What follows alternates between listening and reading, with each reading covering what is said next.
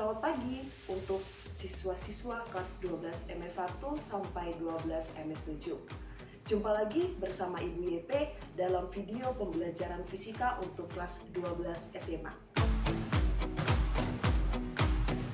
Anak-anak Ibu, kita lanjutkan materi kita dari pertemuan yang sebelumnya, masih seputar tentang bab 3 medan magnetik. Kali ini Ibu ajarkan kalian tentang konsep dari gaya magnetik ataupun bisa dikatakan sebagai gaya Lorentz. Apa saja yang akan Ibu ajarkan di pertemuan kali ini? Ada 3 bagian. Yang pertama adalah menentukan arah dari gaya Lorentz. Yang kedua adalah menentukan besar dari gaya Lorentz. Dan yang ketiga, gaya Lorentz pada 2 kawat sejajar. Untuk itu, Ibu harap kalian semua memperhatikan video penjelasan yang akan Ibu sampaikan berikut ini. Bagian pertama yang akan Ibu jelaskan terlebih dahulu yaitu tentang konsep dari gaya Lorentz-nya. Maka kalian bisa lihat atau kalian bisa simak terlebih dahulu animasi yang akan Ibu tampilkan berikut ini. Di sini ada 2 magnet dengan kutub yang berbeda yang disusun secara berhadapan. Kemudian yang warna merah tersebut, garis-garis yang berwarna merah itulah dikatakan sebagai garis medan magnet. Sebelumnya di pertemuan pada medan magnetik, Ibu sudah jelaskan tentang bagaimana arah dari kutub utara dan dari kutub selatan. Bahwa arahnya adalah dari kutub utara menuju ke kutub selatan ya. Bisa kalian lihat juga di sini animasinya. Kemudian, di antara kedua magnet tersebut disisipkanlah sebuah kawat penghantar lurus. Pada kawat penghantar lurus tersebut dialirilah oleh arus listrik yang berwarna kuning itu nakku. Kemudian, yang terjadi adalah kawat tersebut akan terangkat ke atas. Kenapa bisa terangkat ke atas? Artinya, kawat tersebut menerima gaya yang arahnya ke atas. Gaya tersebutlah yang dikatakan sebagai gaya magnetik ataupun dikatakan sebagai gaya Lorentz. Maka, karena tadi sudah Ibu jelaskan hubungannya, dapat dirumuskanlah bahwa gaya Lorentz adalah FBIL sin alfa. B itu sebagai induksi magnetik, satuannya Tesla, I sebagai kuat arus listrik, L sebagai panjang kawat, dan alfa adalah sebagai sudut yang dibentuk antara B dengan I. Nah, ini merupakan adalah penentuan arah dari gaya Lorentz. Tapi di sini ada 2 versi, nakku. Versi pertama hanya menggunakan 3 jari, versi yang kedua menggunakan seluruh jari pada tangan kanan.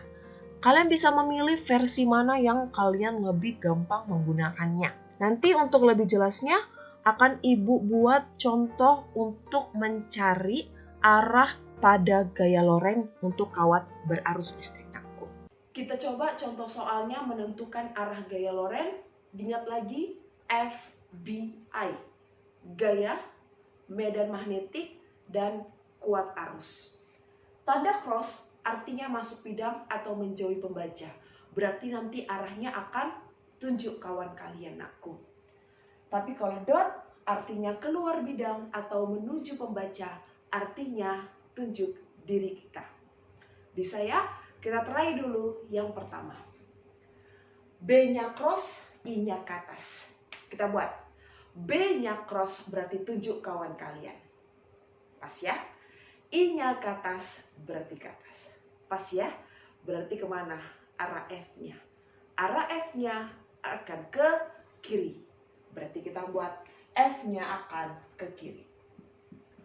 Diingat lagi, ini kita berbalik arah, nakku. Maka nanti kalian tetap menggunakan kaidah tangan kanan sesuai dengan arahan Ibu, sesuai dengan arah kalian sendiri. Bisa ya? Oke, try yang kedua. I-nya ke kanan, B-nya ke bawah. Kita buat. B-nya dulu ke bawah, silakan kita buat ke bawah. I-nya ke kanan, berarti tinggal kita putar jempolnya ke kanan. Maka kemana arah F kita? Ke arah kawan kalian atau ke arah diri kita? Ke arah kawan kalian. Kalau kawan cross atau dot cross. Seperti itu. Bisa ya? Try yang ketiga. I-nya cross, B-nya ke kiri. Kita buat. B-nya ke kiri. I-nya cross. Kalau cross berarti tunjuk kawan kalian. Silahkan. Seperti ini. Maka kemana arah F kita? Akan ke atas. Bisa ya?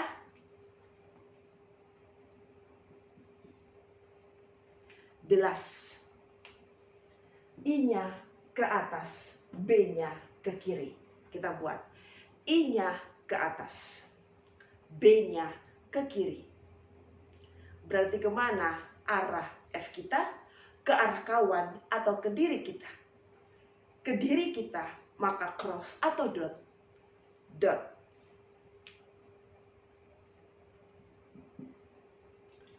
Seperti itu nakku untuk menentukan arah gaya loren. Selanjutnya tentang gaya loren pada kawat sejajar. Jadi nanti di sini ada dua keadaan. Keadaan pertama adalah seperti yang berwarna merah ini, bahwa arah arusnya akan berlawanan. Berarti ada yang ke atas dan ada yang ke bawah. Jika nanti arah arusnya berlawanan, maka akan terjadi yang namanya gaya tolak-menolak nakku. Kemudian kalau nanti di sini yang gambar berwarna orange, kan arah arusnya searah, sama-sama ke atas, dan nanti juga bisa sama-sama ke bawah, maka yang terjadi antara dua kawat tersebut akan tarik-menarik. Maka nanti menghitung besar gaya loren pada kawat yang sejajar, kalian bisa gunakan rumusnya mu0 I1 kali I2 per 2pi kali A dikali dengan L. Nah, A ini adalah jarak antara kedua kawat. Ini juga ada hubungannya dengan menghitung besar kuat medan magnetik pada kawat lurus panjang. Nah, ini animasinya ya. Kalian bisa lihat ya. Seperti inilah yang terjadi antara dua kawat yang saling berlawanan arah arusnya dan saling searah arah arusnya. Kita masuk ke contoh soal. 3 buah kawat lurus A, B, dan C diletakkan seperti gambar berikut.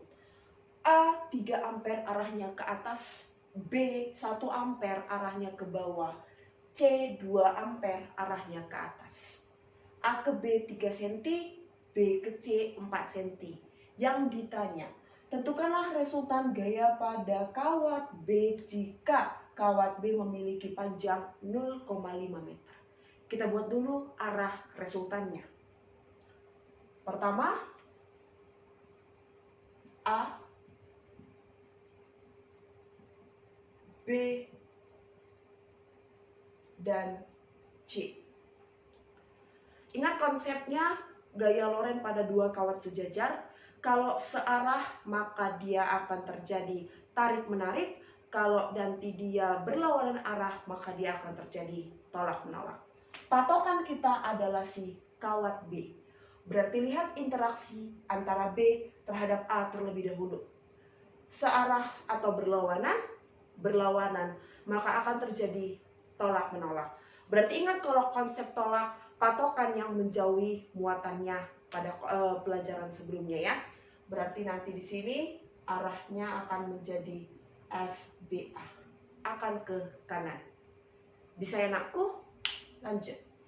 B dengan C searah atau berlawanan, maka akan terjadi yang namanya tolak-menolak. Berarti B akan menjauhi si C, maka nanti arah gayanya akan ke kiri, FBC. Maka nanti FB sama dengan FBA kurangkan dengan FBC. Bisa enakku? Kita buat.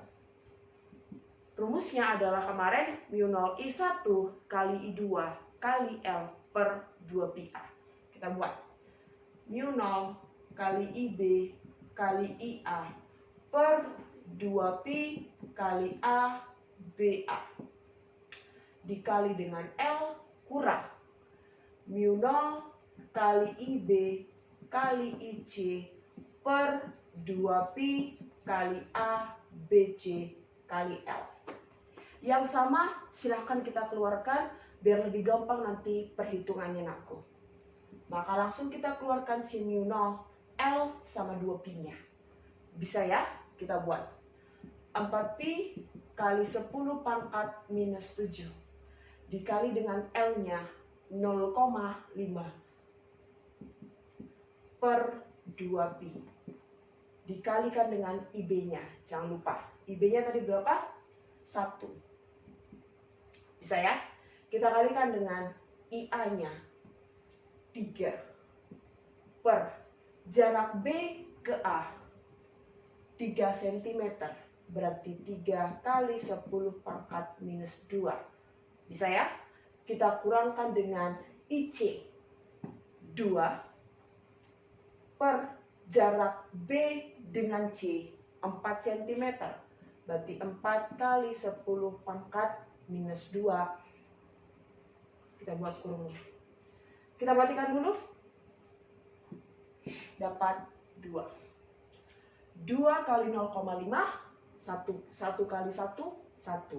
Maka nanti di sini jadinya 1 kali 10 pangkat minus 7. Bisa ya? Oke, kita samakan penyebutnya boleh atau mau kalian matikan pun terserah. Itu suka hati kalian. Ibu buat samakan penyebutnya jadinya 12 kali 10 pangkat minus 2. Maka nanti di sini akan menjadi 12 dikurangkan dengan 6. 12 kurang 6, 6. Berarti nanti jadinya 6 kali 10 pangkat minus 7 per 12 kali 10 pangkat minus 2. 6 bagi 12, 0,5. Minus 7 kurang minus 2, minus 5. Berarti jadinya 5 kali 10 pangkat minus 6 Newton lah jawabannya, nakku. Seperti itu ya untuk contoh soalnya. Kita masuk ke contoh soalnya. Kawat A dan B terpisah sejauh 2 meter dengan arahnya ke atas untuk kawat A sebesar 1 ampere, B arahnya ke bawah sebesar 2 ampere. Yang ditanya adalah di manakah kawat C harus diletakkan agar resultan gaya pada kawat C sebesar 0. Ketentuannya adalah arah arus C ke atas sebesar 3 ampere. Berarti ingat lagi pelajaran gaya kolom sama medan listrik. Supaya kita tahu di mana titik muatan tersebut sebesar 0, maka lihat keadaannya. Kalau dua muatannya searah, maka diletakkan di tengah atau di antaranya. Tapi kalau misalnya nanti kedua muatannya berbeda arah, maka diletakkanlah di muatan yang paling kecil. Berarti ini juga sama, nakku. Maka nanti lihat dulu arahnya.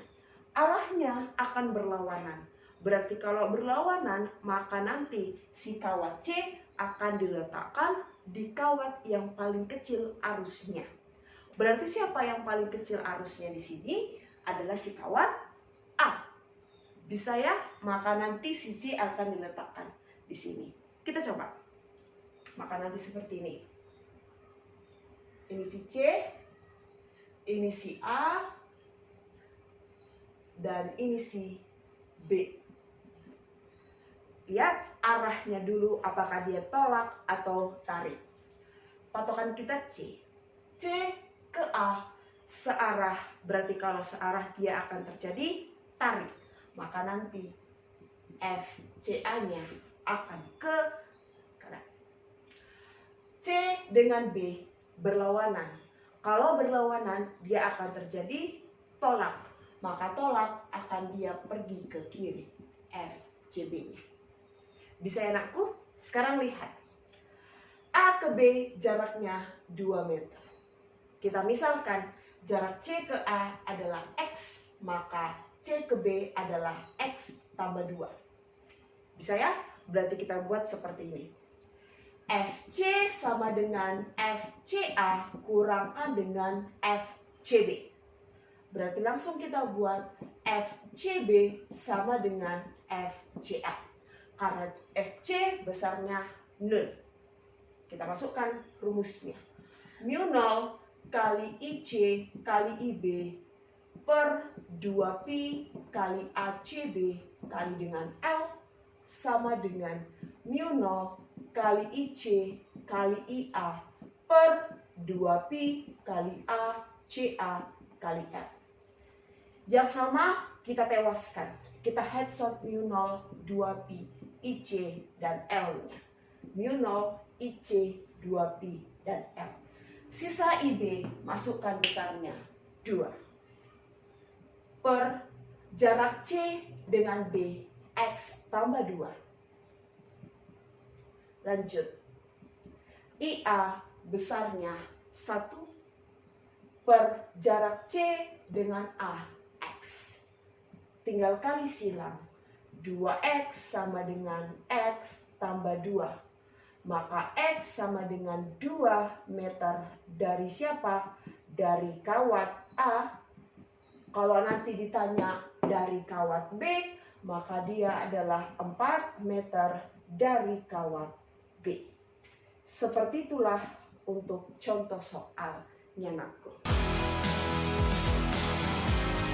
Seperti itulah untuk video penjelasan materi pada pertemuan kali ini, nakku, yaitu menentukan arah gaya Lorentz, menentukan besar gaya Lorentz, dan menentukan besar gaya Lorentz pada dua kawat sejajar. Untuk pertemuan selanjutnya, Ibu akan ajarkan kalian yaitu gaya Lorentz pada muatan yang bergerak dan hubungannya kepada gaya sentripetal. Sampai sini dulu pertemuan kita kali ini, nakku. Ibu ingatkan ke kalian tetap semangat untuk belajar fisika walaupun kita masih di rumah saja. Sampai jumpa di pertemuan selanjutnya ya. Jaga kesehatan dan tetap semangat. Salam fisika.